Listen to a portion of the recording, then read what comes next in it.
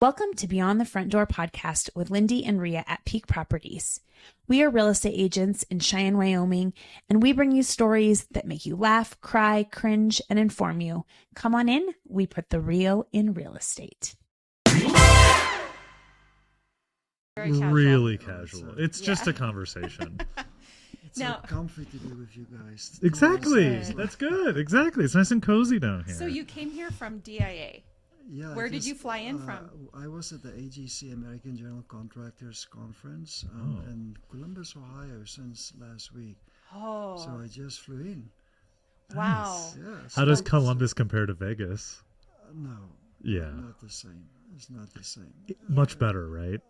No. Vegas is better. Really? In terms of the energy, right? Yeah. Being around him, there's always energy. Yeah, but You add this to Vegas. We're aware. that's the thing. I don't need Vegas. Then you have a monster. I know. This is a recurring guest on this show. This episode Notice- is sponsored by Monster. Full size. Full size. You know, sometimes people that are high energy drink high energy drinks to calm down.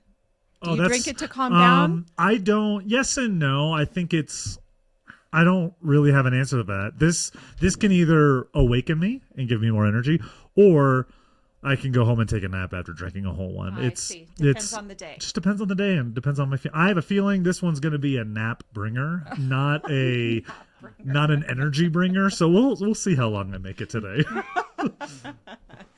I love it. So you were in Columbus, Ohio for a week? Since actually Saturday, Sunday, Monday, Tuesday, Wednesday. Today's Thursday, right? Today's Thursday, yeah. It feels like a week. Yeah. And then I am just so grateful that you were willing to swing in here and do this on your way home. You're probably really ready to be home. It's okay. Yeah. This was planned. This was You guys It's put kind it of on planned. calendar. Yeah. And so it worked out fine. Good. I get it. I feel like we've caught people on and off as they're either getting off a plane or about to get on a plane. So. And so a good thing for us, so the AGC, so I serve on the board of the National AGC, and this year at the conference, there's a gentleman, he's from Wyoming, his name is Mike, and he graduated from UW 10 years ago. He works for Kiewit Construction. Cool. He won the National Bowen Prize for the project that he is a project manager. And then the Bowen Prize then gives the winner $50,000, and then he gave that money to our program. No way. You're kidding. That's awesome. So all of us, I mean, can you imagine? He's from Casper, and his wife is from Casper. That's Yeah. Parents amazing. lives in Laramie. Yeah. So I mean, it's just like Wyoming was really on the map. Well, shout out to Mike for Yes. donating that money to That's fantastic. the And university. He's the humblest, most humble person that I've ever met.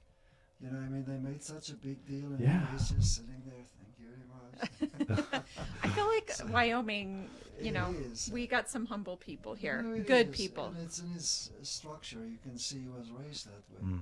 From Cody. Yeah. I mean, what can you brag about when you're from Casper and Cody, and up there it's like Some beauty, maybe. There's some beauty up there. Hey, there is world-class fishing in Casper. I'm sure. I mean, literal world-class. People come from around the world to Casper for fishing. You have to be. I sound like I know it. I don't. My buddy, but it's apparently that's the thing you brag about is fishing. Yeah. River's good fishing. So, I think Luke Bryan comes to Wyoming all the time to fish. I don't know where he's fishing, but Who? Luke Bryan. it's a country singer. Oh. But comes I get to confused when you give me people's names that are two first names. I don't know. Two first. Who is this? But he comes to Wyoming and always is like somewhere. Maybe it's Casper. I don't know. I mean, Casper, Lander, Jackson. Yeah. Sheridan's got fishing. Everyone's got good fishing. Well, we're not here for fishing. No. This is what happens. You lasso us, Rhea. Come on. You always blame me. I know. I am going to blame you. No. All right, let's get the show on the road. Francois, how do you say your last name? Jacobs. Francois Jacobs. Okay. So welcome, everybody. I would like to welcome Francois Jacobs to Beyond the Front Door podcast as we are working our way. And actually, I think this will be towards the end of April. So finishing up our series on affordable housing and construction here in Wyoming. So we just want to say thank you for being here today. You're welcome. Thank Yes, you. thank you. And for everybody watching, if you can't tell, Francois is with the University of Wyoming. So we all came, most of us. We all came? prepared. Yeah, there was apparently a dress code. Apparently, I was not part of this Signal chat group to put on the right piece of clothing. So here we are. Shout out to you, Sam, for wearing your signature shirt. I am wearing on our my podcast. signature. This is my podcast button down. It is. So Yeah, I feel like you're still in there. It's right there. I mean, I see it every time I come in here. It's my same photo. And like I do with a lot of these episodes, I want to start with bragging. Not only that Francois is a good friend of mine, we've known each other only a couple years now, also a board member of the Southeast Wyoming Builders Association, and yet again, just surrounding myself with people that are Good people. not only good people, but they're extremely intelligent and crafty in their craft. So this is a very fun conversation for me. Because it's very unique from all the other ones that we've talked about. Like getting to talk about an educational program in a school. I'm excited. I'm so excited. Yeah, same. Very awesome. So thank you for being here. You're welcome. Yeah. So I guess what I'm wondering is if you could start off and just tell us a little bit about yourself, like how long you've lived in Wyoming, where did you come from? If you want to talk about your family a little bit and sort of your career trajectory to landing at the University of Wyoming. Yeah, sure. I'll be happy to do that. So my name is Francois, and I was born and raised in Johannesburg, South Africa. Wow. And then I came over here when I was 23 years old as an international student, Okay. and I never went back. Good for you. As internationals, we get spoiled in the U.S., Yeah, right? you want True. to stay? We do, yeah. Yes. So I was, but then I graduated from a university, and then I went and I worked in the construction sector for 15 years. And then around at the 15th year in the industry, CSU, Colorado State, actually asked me to teach their estimating class in their construction management program for them, and I really enjoyed that. And then I actually transitioned from the industry to academia. So I was not always in academia. I've only in the last 15 years I've been in academia. So I made the transition, and I've taught at different universities. At CSU, I also was involved, and I was hired to start a construction management program in Los Angeles. Wow. And I left in Los Angeles for 9 years to do that, and then the University of Wyoming hired me to come and develop the program and steer the program here at UW. Well, first thing I want to say, I love that you have field work as well as the academia work. Like you have both experiences, which really I think is amazing. That's awesome. So my next question for you then, are you a Wyoming guy or are you a California guy? No, I'm Wyoming. Okay. It's like I didn't mean that to be a trick question, yeah. but I guess But it kind of came out that way. I thought you were going to ask if he was a Wyoming guy or a Colorado State guy. No. Because that's, easy. Sam, I'm wearing yellow I today, right? Not just green. have to ask. Just have to ask.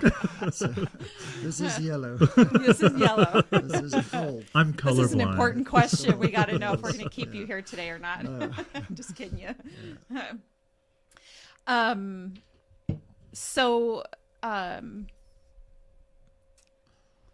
I just think it's fascinating you came from Africa and came here as an international exchange student, correct? Is that what you said, Yes, exchange yeah, student? yeah. So what state then, did you go to Colorado then when you did that? Or which state did you go into? No, actually, I graduated from a university in California, and then I came to Colorado and actually went to DU in Denver, at Denver University, and I did Okay. my MBA there, and then I did my PhD at CSU. So just a little bit around. A little bit around. But So is your family still back in Africa then? Or I did they still follow have- you I here? still have family in Africa, but some of them live in Loveland. Oh, in very Colorado, nice. So they followed. That's cool. Yeah. So I have some family here.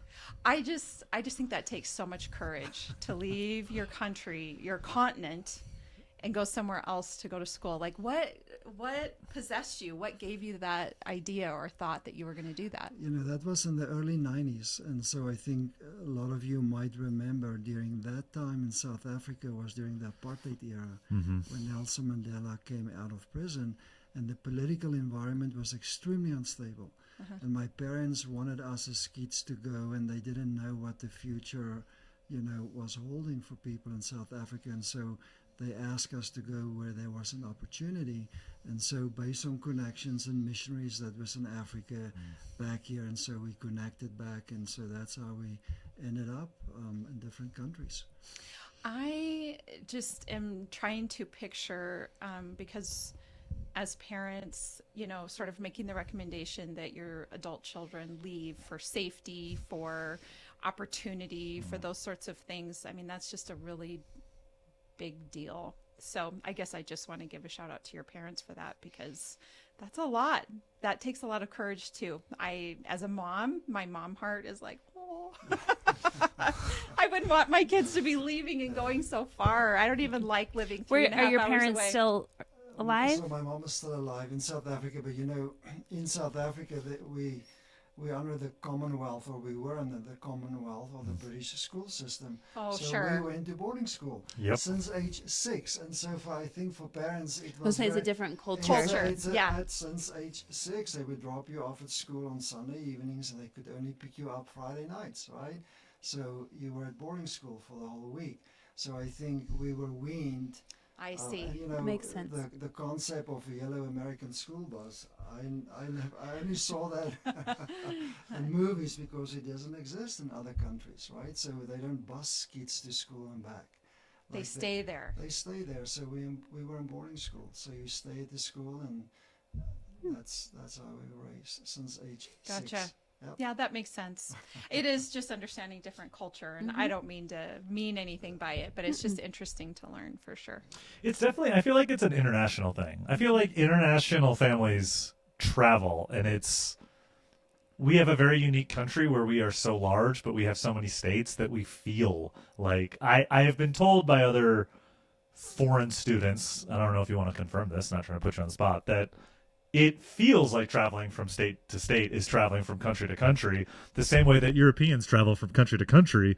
It's a very similar, I've been told, is very similar feeling, that even though it's the same country, it feels like you're going, I mean, we have 50 cultures in our country, Yeah, so, that's true. So going from state to state, especially with the population we have, I mean, Yeah. we have states that are larger than a lot of countries. So it is interesting that it is a cultural thing, that traveling the world is not a thing that Americans do, but it is a thing that I feel like The rest of the everyone world does. Yeah, we don't do it, so we need more of it.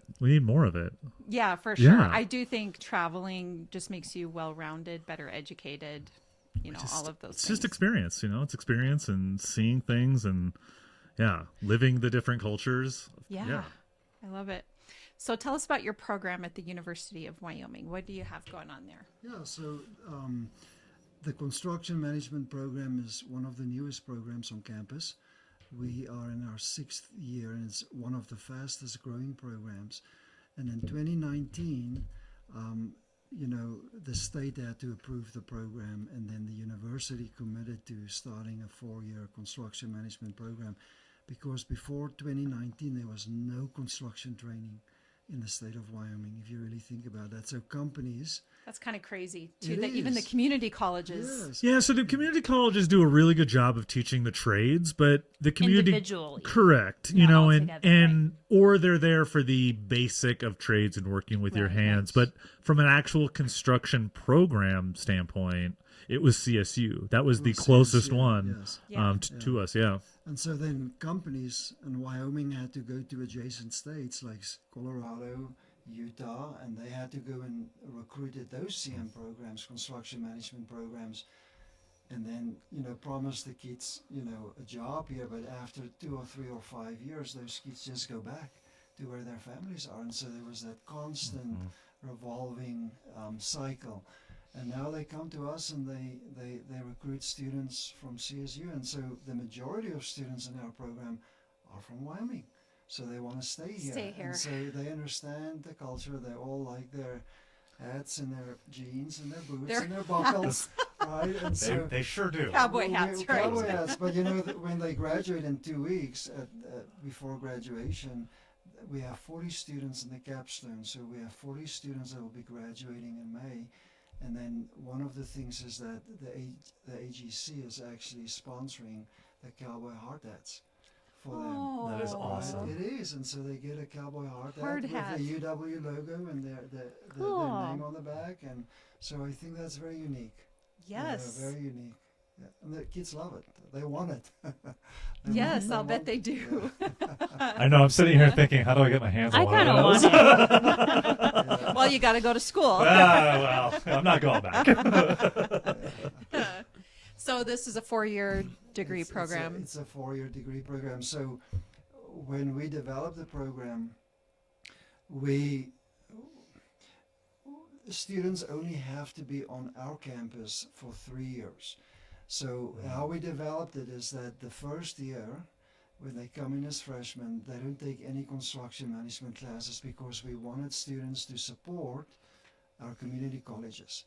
So they can stay. We have 8 community colleges across the state, and so we wanted, if somebody is from Casper or from Sheridan, and they can stay that first year at Sheridan or Torrington, then they support the community college, right? And get like their core classes out of the way. Is that the most goal? of their core classes. Okay. Now there's one college, Casper is the biggest, and they offer a lot of construction management classes. So actually, students in the state of Wyoming can go to Casper College, and they can do 2 years at Casper, and then transfer all those credits back to UW, and then only 2 years on campus.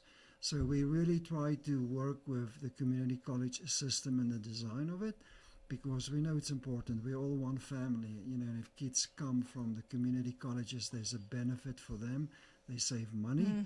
It's cheaper for the parents. They can stay with the parents.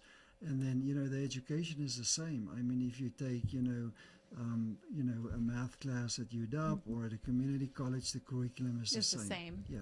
Yeah.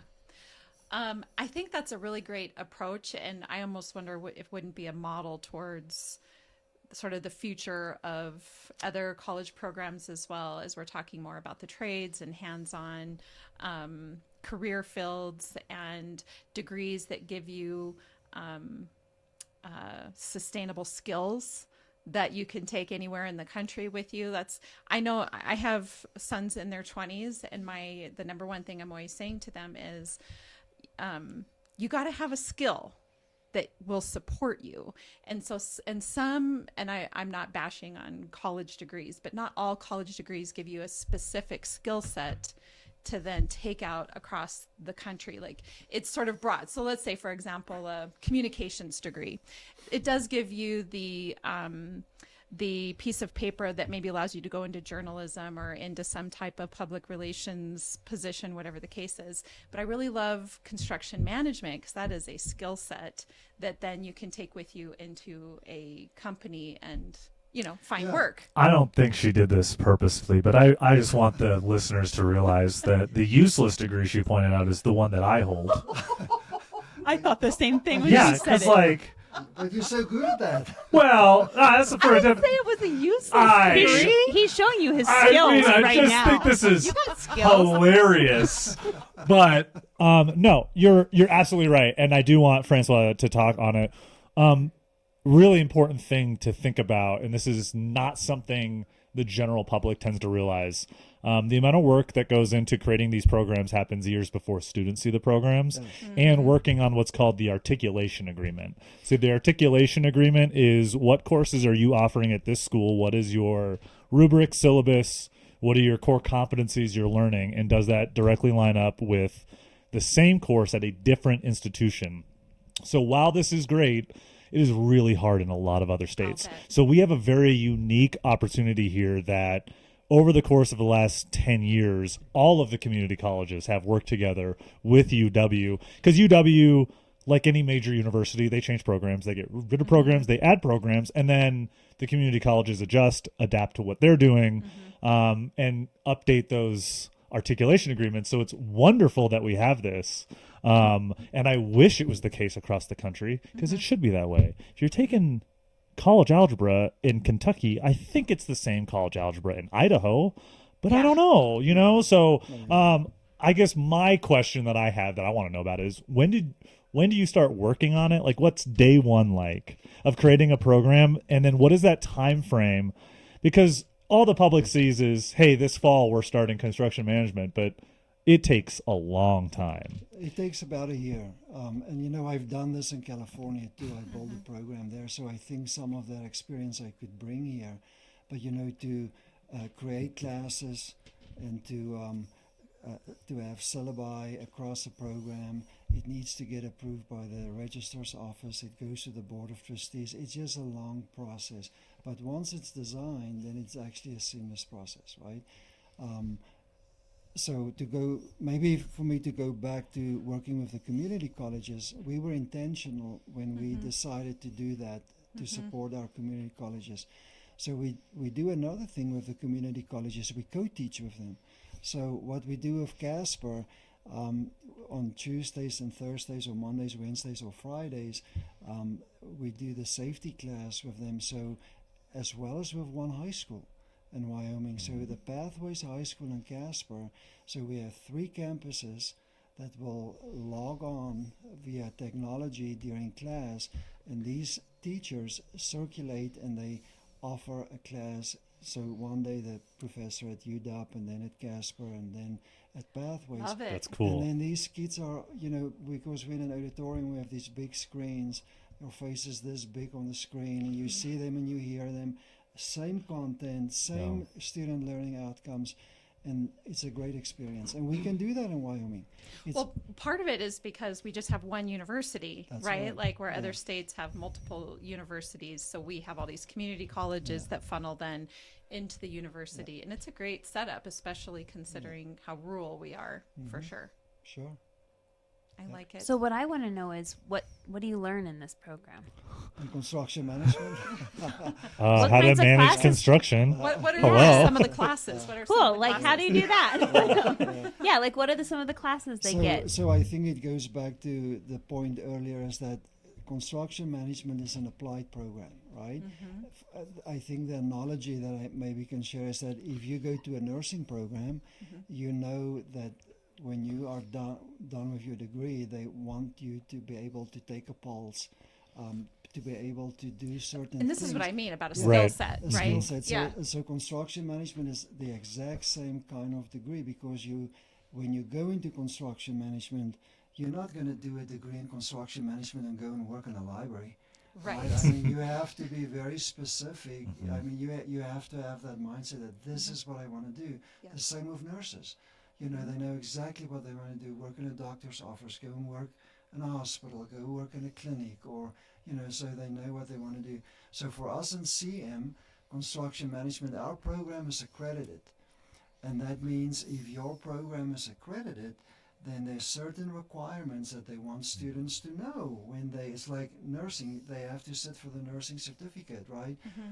The same for us. Our students in their capstone class, they sit for the AIC certificate. It's an 8-hour exam, and they test them. And so they, you know, and for the last 3 years, we have actually performed 5% above the national average. Oh, congratulations. On that. So the kids Wow. at UW do very well on that, because I think we know it's important.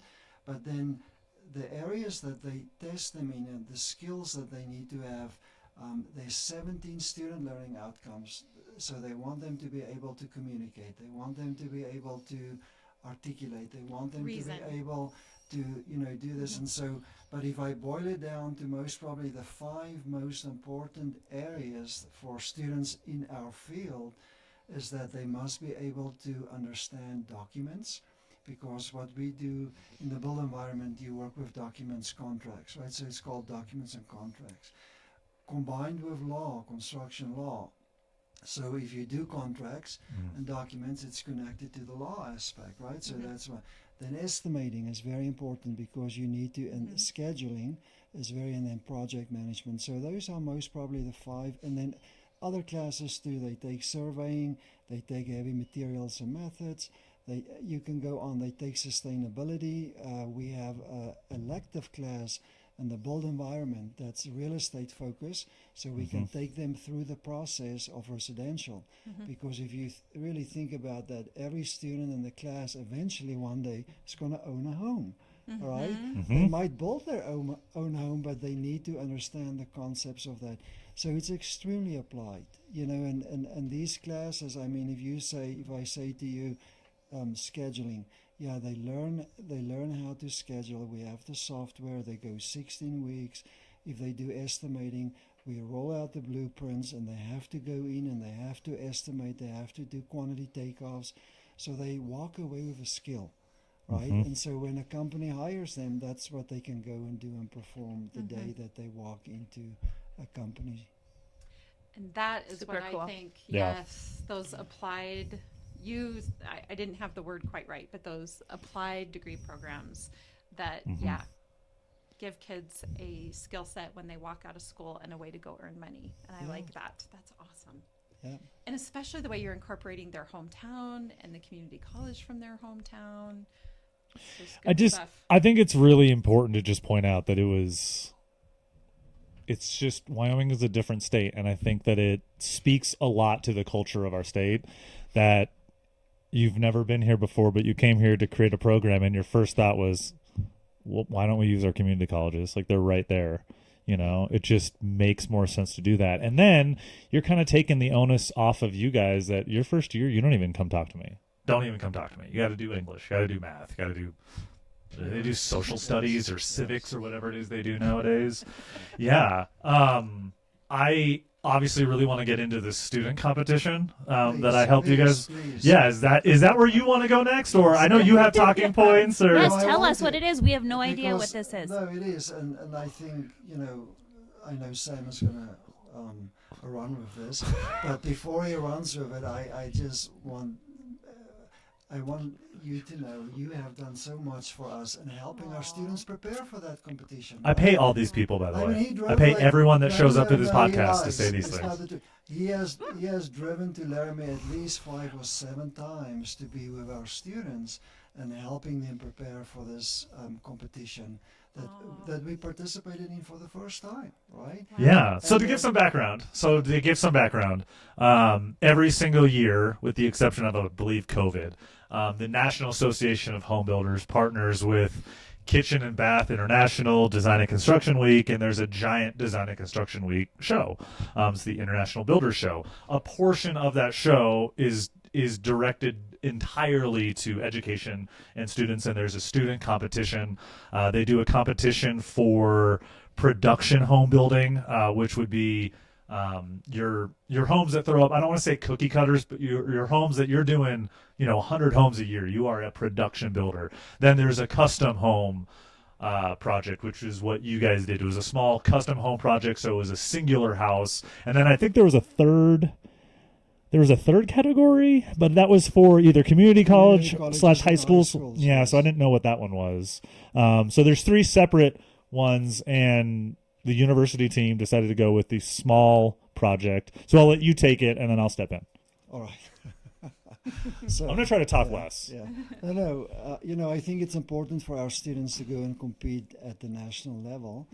And then what we did with this competition, so we offer a class, it's called project management. So they have to take this class in their senior year. And then we had about 40 students in this class. And then we actually adopted this project as part of the curriculum in that class. And so we divided these kids up 8 teams, 5 per team. And then they really had to work on this project. And that was part of their learning experience. And then at least 5 or 6 times during the semester, we had SUBA officers, board officers, that drove there and connected with our students, and they took them through the different aspects of the specific project. And then we had a presentation, and then the SUBA officers came out, and they selected 2 teams, the best out of 8.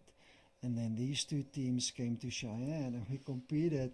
They had to compete in front of the SUBA membership. How fun for you guys, That too. was really cool. Yes. And then they selected the winning team, and then that winning team we took to Las Vegas to go and compete this year. And it was a great experience for those kids, you know. And I think want to come back to Sam's contribution. You know, it's one thing when you go and compete, but at these competitions you have to be so polished in terms of, you know, how you deliver the presentation. And he helped them quite a bit, at least 4 or 5 times. It's almost like I went to school and got a skill. Yes. A communication. I'm sorry. It was just the joke was there, and I had to say No, no. I'm glad you did. No, I was appreciative of being able to step in because, to your point, and we've discussed this on other episodes, you find people with skill sets and you utilize them. Yeah. And I very well know what my skill set is. Day one we had the conversation. I said the second we have the winning team, I'm going to put them through boot camp. And I can confidently say that I am so proud of how they, not just how they competed, but how they were coachable. I think that is the number one thing, In every aspect of life. Every aspect of life, you have to be able to be coachable, whether that's you're buying a house and your agent needs to have honest conversations with you about what it means to buy a house or to sell your house. You have to be you have to be coachable. The same thing with these kids. I know how passionate they are. I know how smart they are, but I'm not going to sit there and say, oh man, you guys did so well, but let's work on this. No, I'm going to tear you down and build you up. And it was a lot of fun, but I want you to start from the beginning because there was a lot of people who came over to help that weren't just the presentation, because it was 80% of the score was the project itself, correct? That you guys submitted before you even went to Vegas. Yes, yeah. So this was a real project in Greeley, Colorado, where they wanted to develop, it's expensive homes. It's not affordable homes, but the kids had to go through the design of it. They had to do the estimate. They had to do the market analysis. They had to do the marketing. They had to look at the financing. They had to do all these aspects. There was a rubric that they had to follow. And so every week in the class, we would look at, say, for example, job site mobilization. What did they have to do for that? And then somebody from SUBA would come out that week that kind of knows about that in the real world, and then kind of take them through that experience. Then they had to do this project. It was 10 or 15 pages, really a professional that they had to submit to the judges. And it was a great learning experience for the students because it was real. They had to create it. They could drive. Actually, I did. Theo and I drove to Greeley to go and look at the project site, right? I was wondering if they were going to Greeley and... Yeah, we as instructors did. But the students didn't? Okay. They could. I mean, one yeah. of them stopped by there Right. On the way home or whatever, but it's just an empty piece of land, so they couldn't really see much, right? But eventually they're going to build $1.2, $1.5 million homes on those sites. Yeah, it's wild. So every single year there's a student competition, and every year they pick from typically a real development that is going to happen. And then that way it's an actual real world connection. It's not to say that UW is going to go build a home down in Greeley, but I mean, you are using actual figures and data from Greeley to build everything. Sure. Which includes your market research and the geography and, who's your target audience and all of that. So, they did a day on estimating and building your scheduling. And there were, I think you had a couple builders and a couple lenders there walking them through, hey, do you understand this math you're doing is very wrong? Or, hey, do you understand that this is way more expensive than you think it is? So having that, and this is no discredit to the program, but in any academic setting, there's going to be gaps between what is academic and what is real world. And it's really nice to be able to have the industry partners to be able to go in and say, hey, it's great you're learning this, but just realize in the real world, this is a problem. Hey, you're estimating this, again, I'm not a builder, but you can't estimate your materials that are commodities the same as you price your materials that aren't commodities. So it's just about just understanding those very minute differences. But man, being able to interact with the students changes your perception of where your support goes. And I've said this about LCCC here, that the second you get on campus and you meet the students, it changes your idea of giving $100 to a college. Like, that your money is going somewhere. we know that Suba can give a check to the construction management program, and we see the outcomes that are coming out of it. We meet those kids that are meeting employers. I mean, your students came to, I think, at least 3 or 4 of our meetings. Yes.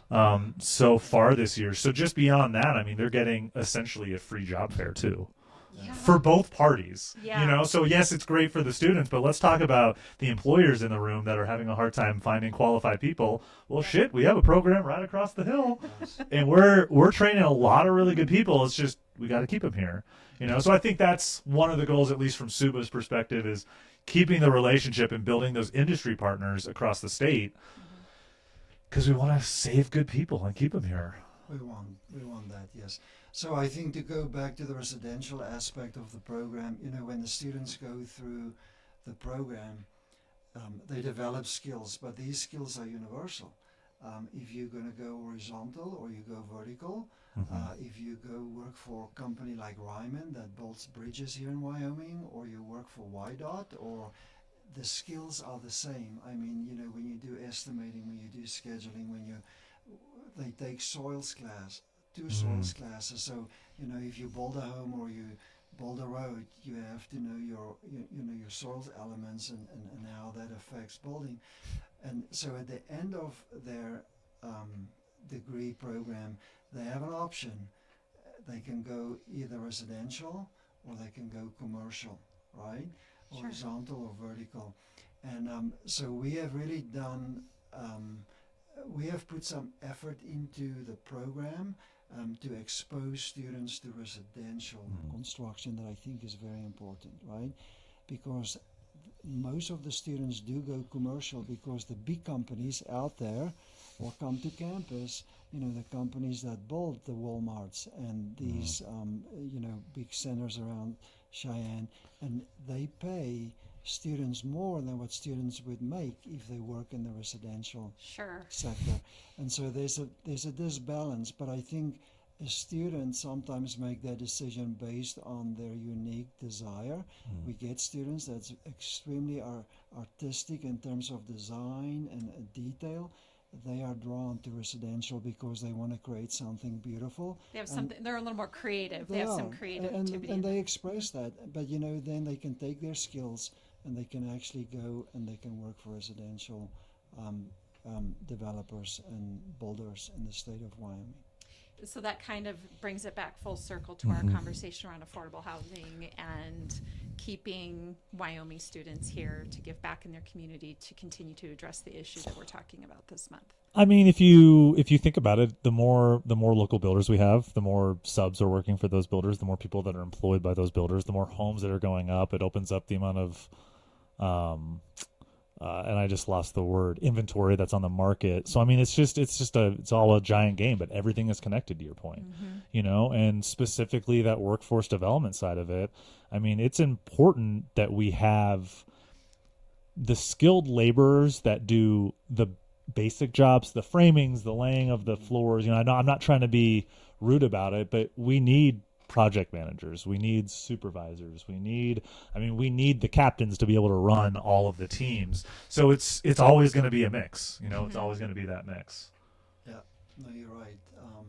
You know, when we started the program in 2019, we applied for a grant from the NAHB, and the Suba chapter here co-sponsored that grant, or they signed off on that, and we got $80,000 in our first year. And so that was the first funding we received, external funding we received for the program.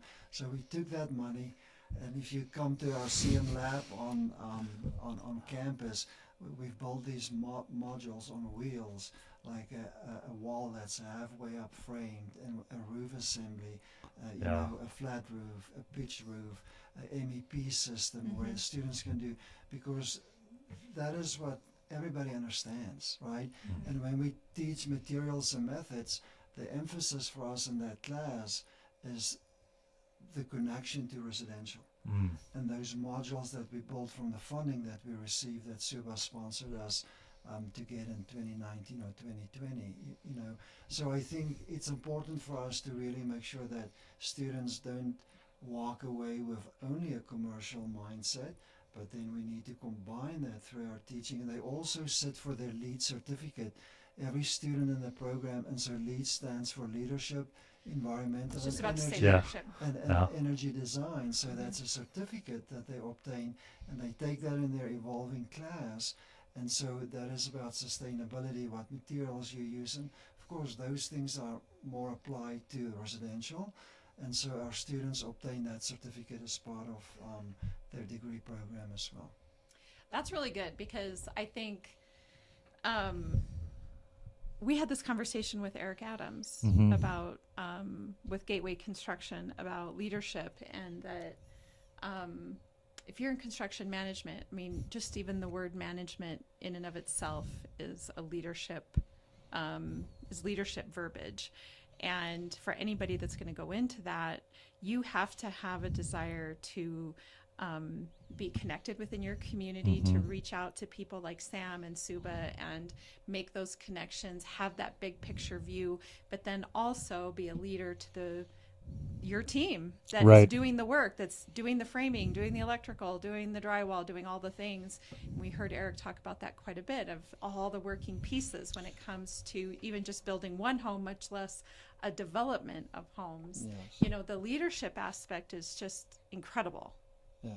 No, it's very important. You Yeah. know, and I think we understand too, when these kids get out and they graduate, they're only 22 years old. I know. You know, I was thinking of it, and I was really the parallel in my head is professional sports. Yeah. Right? And seeing as how we just got to talking about Boston, but you got young kids getting into professional sports, making hundreds of thousands, if not millions of dollars out of the gate. And how do you manage? And I wouldn't say it's similar to construction management, but there is this element of, you're now a role model. You have to be involved in your community. You got to have a good work ethic. You got to be a leader within your team. Like, you got to do all these things. And we're expecting all these things of kids that are 22, 23 years old. And I think those are the, if we're going to continue with the sports analogies, we will call it April is the NFL draft, so we'll use some NFL draft terminologies. There we go. I think these are some of the intangibles that we get from really good programs that are extremely hard to qualify on paper with data. But the International Builders Show student program that the students did, I think that's exactly what they learned. Is the leader of the group, Tom Harvey, was phenomenal, and there was a marked difference in the way that he would communicate with me and his team at the beginning and at the end. And I think you see that. I think the team saw that. And again, those are really hard things that you're not getting judged on, but those little things start making a difference. And I know Francois made a joke about the number of times I drove to Laramie. You will ask every SUBA board member, we don't care if we have to do it every single day.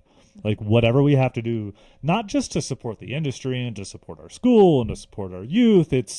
We are literally building a community in our state of construction workers. It's a very tangible, you talk about intangibles, right? But your decision to partner Correct. with the college is a very tangible way to invest, where you're going to see a return on your investment. And that is 100% true. It is an investment from us. We invested. I would like to pause for a moment and have Francois tell a dear story of a prior student. But to your point of not even hesitating to invest in a program when something happens, we were fortunate enough to be able to come to the aid of a very difficult situation that a student and his family had to go through. And you are much, much closer to the family, although I've met them. I'd like you to share the story, because I think it's important to show the outside things that our organization does that has nothing to do with what we're doing, but builds that family. Of course, and I think that goes back to care. I mean, when people care and they really put their heart where... So you might remember about a year and a half ago, we lost 4 students at UW, right, in a car crash. So one of them, Lou Slubbert, was a CM student in our program. And so he was from South Africa. And so it was sad for I had him in my class. And when something like that happens and you have a student in your class, it really It doesn't touches- get much closer. It does, you know, so it's really hard. And so I will never forget that at a board meeting, at a SUBA board meeting, you know, we brought it up, and it was during that week, and immediately, like within 2 seconds, he said, we will have a scholarship, a SUBA scholarship, and remembers of Lou. And so SUBA did give funding for the scholarship, and then the parents came over, you know, from South Africa, and then he met. And so actually, when was it? The beginning of this semester, right? In January, we had the scholarship ceremony at UW, and so Sam was the one that initiated that, and we actually zoomed in the parents from Cape Town on the big screen. Aww. And then he was there with the dean and then the student that received the scholarship. So that's why I say that connection to care, right? Yes. Yeah. I do not get emotional a lot, but there's a lot of things just bigger than us, you know, and it was so cool to be a part of that. And it cost me literally nothing, because it wasn't my money, it was SUBA's money, but like it didn't cost our organization anything. And clearly it was not for attention, but the second he brought up, I was like, what do you want? Money? Support? Like, we'll give it to you. I don't even care. Anyone that's gone to UW, unfortunately, this is a terrible statistic, probably knows someone that has died on 287. Yes. I now know 2, and it's horrific. But through such an awful thing, something beautiful came out of it. I mean, we were able to offer a scholarship. I was able to meet the family, and this family's from across the world, and I chat with them on Facebook. I get to say hi to them, and there's now a connection that will be forever. And that is not, I don't understate that. I mean, this is a forever connection. There are just so many things bigger than us, and it's just great. Sorry. So the family wants to continue with the scholarship, so they want to give what they can afford, $250 a year. And then what we're going to try to do through a tailgate fundraising or another $250, and then every year when you guys come out to the industry insights, then we will do the announcement of that. I just think it's nice, you know, people will remember the student, and you know, it's real, and the connection to SUBA for that scholarship. It's the only scholarship that we've received since the beginning of the of the program. I mean, there's a lot of scholarships out there, but you know, those are institutional scholarships. This one has meaning; it has a name to it, right? Yeah. And so it makes a difference. Yes, thank you for sharing. That was good. Yeah. All of these, so we're about to wrap up sort of interviewing all of our guests, and Sam, you bringing on all of your partners within SUBA, and this is the one that is the most,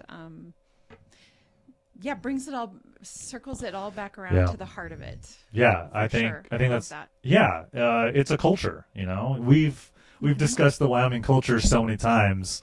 That interaction was 100% the culture. I mean, I really don't remember when we met. It feels like we have been friends for a really long time, but I know it was like, oh, you're the new guy at UW. Cool, let's have a conversation. And now I don't know how many years later, there's a scholarship. You guys have there's a student chapter there. There's the student competition we're now a part of. How did they do in the competition? They performed very. You said very well. Like, to put it in context, there are universities and schools that specialize in construction management. Sure. You know, I think there are. Well, and you're like a new program, so it was very new. I think the way that I worded it was, we don't know what we don't know. And then once they submitted the report, they did their presentation, we get the rubric back. They did not score as highly as I think they deserved. But now we know. I mean, I had no idea. I think you have to have a way to measure. Right. From my standpoint, I have known nothing. I believe Francois and with Theo, you guys have gone to that competition with other schools, so you at least had an idea. But I will tell you, I would love to, if we can. I'd love to share the presentation. That way we can attach it to this, and they can just flip through. Just to see the amount of work that goes into just making the presentation. Yeah, that would be cool. But I will tell you this: when the two groups came to the SUBA membership meeting and both teams presented, we then did a poll of everyone who was in the audience. go put your ticket in which group you thought should win. And the presentation that the winning team gave at that membership meeting, less than 1% made it to the final presentation. I mean, that is how much everything changed from day one to the end. I'll tell you, I couldn't be happier with how they performed. They went first. So they went first on a Monday morning at 8 a.m. in Las Vegas, and they were the first of 34 teams to present, or 36, or what kind of raw luck is that? I mean, it's I think what happens is they're the first. Oh, it's your first time here. Here's where you get to go. Sure. So I think there's some of that. There's a lot of heavy hitters, but I'll tell you this: we're on the map. We're making waves. People from our area at the international show, there's area caucus meetings. We're area 9 or whatever. So Wyoming, Colorado, Montana, Idaho, Utah, all of us all get together.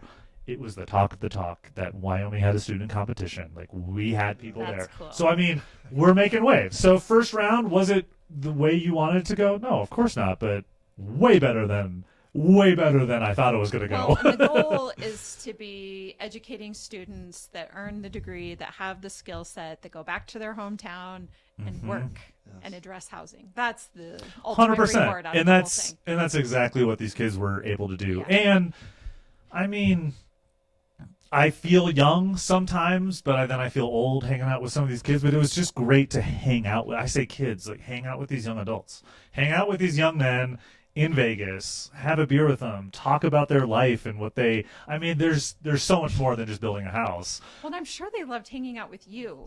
I mean, We had some right? fun over on what I don't even know the area. What's not the Vegas strip called? What's old? Fremont Street. We were over at Fremont Street, and we had a blast on Fremont Street. I'm sure there's a I- lot to see over there. It was more than anything, all I wanted to share with the group, and I definitely think they saw my passion, like most people do, is find what you're passionate about and stick with it, and then believe in yourself. Oh my gosh, like these kids, their presentation was so much better at the end, but they started talking. I'm like, did you guys spend hours researching this? Yeah. Why does it sound like you didn't? Like, speak up, own yourself. Like, what are you guys doing over? Yeah, just and just being able to help bring confidence. I mean, it is coaching. I going back to the sports thing, I realized that we didn't win a national championship and I didn't take them to the playoffs, but you're still coaching young adults into being better people.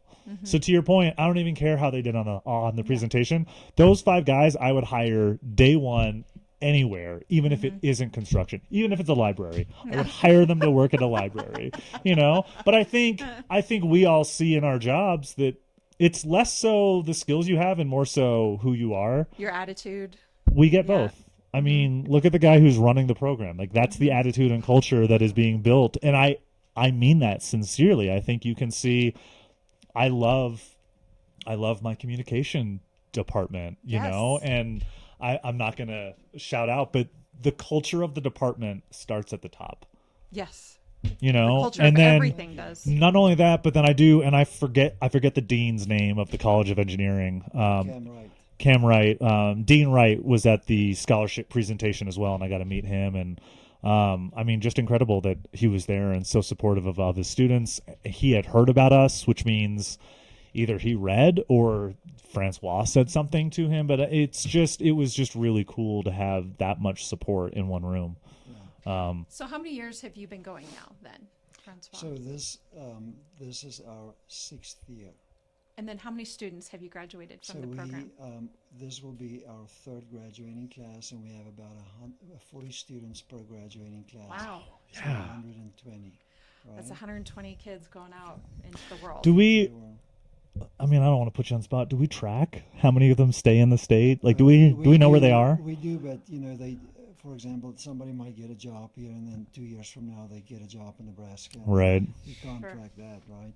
But 60% of our students, when they graduate, accept jobs with Wyoming-based companies, right, in Wyoming. Now, another thing, too, is not construction management, the skills that these kids have. We have the minds in Wyoming that comes and they recruit our students. Yeah. And so the students are very excited about it because, believe it or not, the mines pay the highest. I believe it. Oh yeah. in income for these kids, and so and so we had like 3 or 4 kids that ended up in mines and Rock Springs across the state, and they do very well. And so it's not only building homes. You can apply these skills Like in project management, really. management, so they work on mines in the mining sector. Well, 60% is a good number. I had half in my head. So if you're 60, saying about 60%, that's a little better. I think than that's half. pretty good. Yeah. Yes. Yeah. At least absolutely. the initial job offer is coming from. I mean, that's the start. We're not gonna win it overnight, but I think the start is getting more people to start their careers in Wyoming. Well, at least if there's a job for them, that's what you I want. mean, You know what I mean? They had an offer, absolutely. then it's up to them at that Right. point. But Of course. Well, to your point about the mines, I mean, we're going to have a lot of construction on the western side of our state with the project going on in Kemmer, and then Evanston's got a lot of build out going. So I think there's always something, and I think maybe to help wrap up, I would love to know that. I mean, you've been in the industry, you have about 120 kids that are out there. What are some jobs that they're doing? So, there are a few that works with residential construction companies in the state of Wyoming. Even here there's a few of them that work for family companies. So they would go out and they would go back to their families. Then the majority of other students in the state of Wyoming will work for companies, names that's just going to come to mind. Local companies here in Cheyenne, Ryman Corp, right? S&S Builders.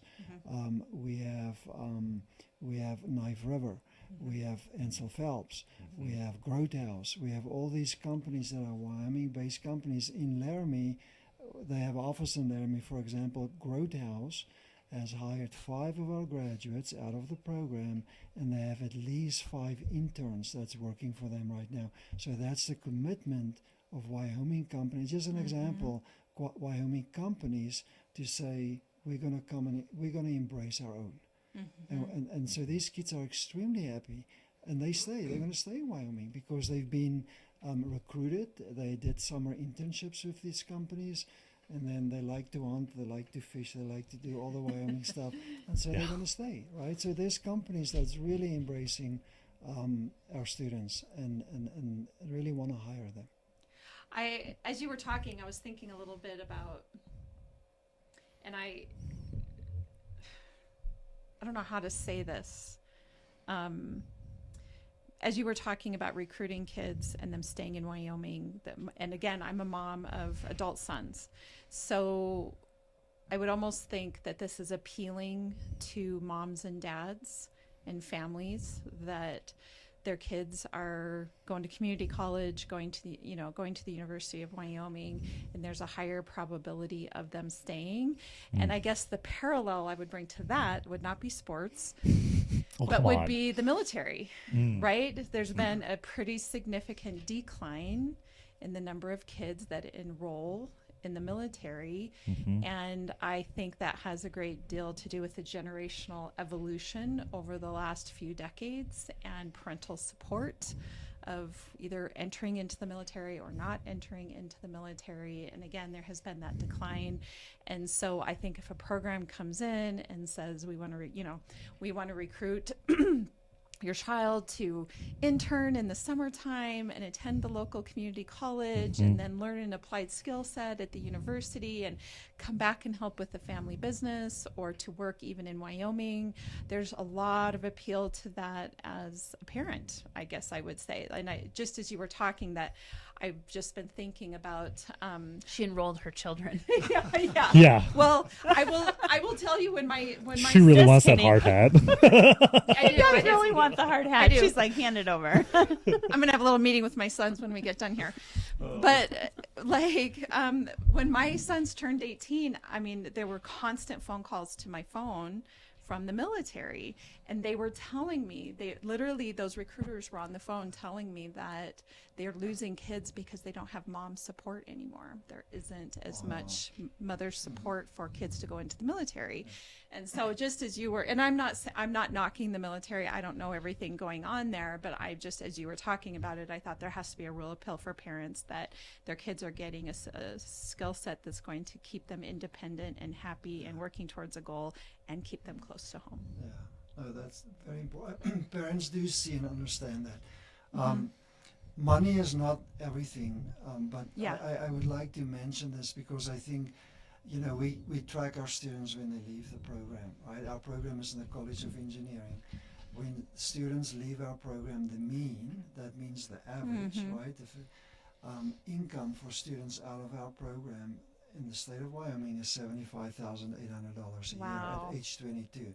Now, it's not about the money, and I tell my students, there's students, the minds that will, there are students in this program because they had 2 summer internships that get offers more than $100,000 Wow. at age 22. That's their initial condition for success. And I say to them, you can only go up. You can never go. You can never go. There's something wrong with you if you go backwards, right? Yeah. But I think it goes back to the point that companies hire individuals with certain skills that they need. It's not that they say that the degree, is that guarantees 100,000. It's they have the skills that companies need, and they get compensated for that. So it's a very well-paid industry as well for students out of the program. It takes me back once again to our episode around work ethic and respect. It's the same, they're kids that come out of high school with a good work ethic, with respect for the people around them, and with a good attitude. Boy, you apply yourself anywhere and you're going to go pretty far. Yeah, that's awesome. Well, yes, thank you for sharing it. I Yeah. hope that someone listens and checks into the program. yeah. Join, applies. Yeah, I love it. I'm assuming Realizes that it exists, in case you didn't know. I'll assume that Francois, Theo, perhaps if there's students that are over the summer, will be with Suba and Habitat at the happy hour that we're doing at Blue Raven. So we've discussed that. I think that's on the episode that came out today because we talked about it with Dan. Yes. Okay. So yeah, I would love anyone that has questions, reach out to Francois, and we'll share the information on the happy hour too. Thank you so much. Thank you. Yeah. Yes, And I thank guess you. I just want to wrap this up by a shout out to everything you're doing, Sam, with Suba. I mean, I just had no idea of everything that the Southeast Wyoming Builders Association does until we did this. And you're really passionate about everything that you're doing and clearly making a difference. So I just want to, say thank you for everything you're doing. No, I appreciate that. It's I don't do it for the glamour, that's for sure, the attention. You just do it because you care about it, and I have a passion for just affordable housing and Housing in general, and this industry has given me a lot. I think that's the other really important thing. We had a conversation at our board meeting a while back. And we have some board members, and I don't disagree that we need to change our value proposition and find a better reason on why people, what are you going to get out of Suba? And I really want the conversation to change to, what can you do for Suba? It's not so much about what you're going to get from an organization. You could argue that I have a trade deficit with McDonald's because all I do is buy McDonald's. They don't buy from me. But the point being is that it's all of us, it's all that relationship. So Well, it just with really any nonprofit agency really that is Right. working to make a difference in whatever sector that they're doing. We've talked about this a lot in terms of when you sit on a board of directors. Are you there because you want to build your resume and take from the organization, or are you there to give and make that organization and the people that you're serving better? And that really is, and there's nothing wrong with building the skill Sure. set and the resume with being a part of an organization, but the goal really is to be giving to that organization. So my favorite saying at my household is "Por qué no los dos?" Why not both? Yes. You can do both. I will never sit here and lie to people and say, yeah, it feels good to be able to put this stuff on a resume. Of course it of course does. we do. This is leadership and it's professional development. But if I'm going to do it, I might as well put Go the all work in. in. And, Yeah. and I said this at our board meeting, you get out of it what you put into it, and it's not always about what you're going to get out of something. It's about what you can do. So this industry was very beneficial for me. I own 2 homes. I'm doing very well. I'm going to give back to make sure that other people have that Same opportunity. So the word that I want to, that to finalize with is opportunity. We, by way of Francois creating the construction management program, have created an opportunity for students in Wyoming that did not exist prior. Opportunity is what we need in order to make it. Everyone needs a chance. Everyone needs a chance. And the opportunity is here now for this. And I just think it's great. It's a great way to end the April series, I think.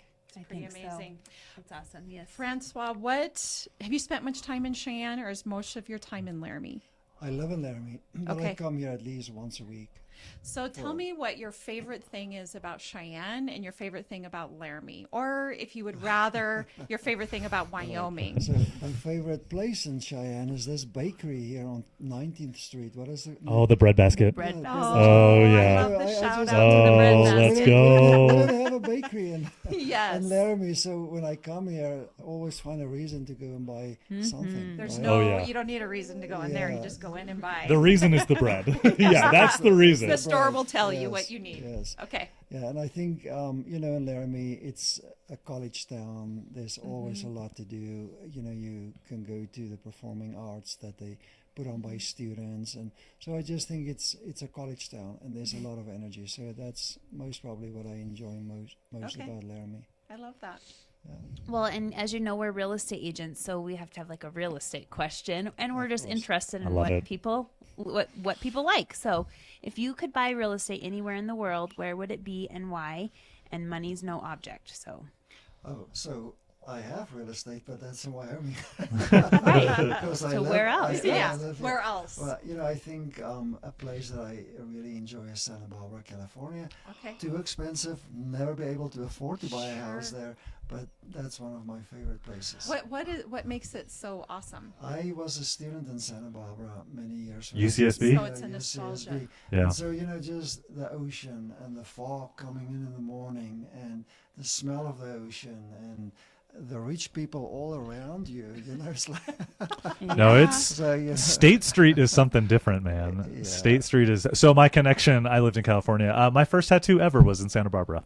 Oh, good. So on State Street, I wanted to make a point to be able to do that. Santa Barbara is phenomenal. But Santa Barbara is to California worse than what Jackson is to Wyoming. It's there's other more They expensive, sing but about it in songs. Yeah. it's true. Yeah. They do. No, Santa Barbara's wow, man, what a throwback. What a throwback. That's great. I love it. I know. Yeah. Well, thank you so much for joining us, Appreciate it. Francois. Thank We you. really appreciate Yes, it. thank you. This has been a wonderful month, Sam. So I'm incredibly appreciative to you two, just bringing awareness. That's the hardest job of any nonprofit. I know that you guys sit on nonprofits. We've talked about a handful of them.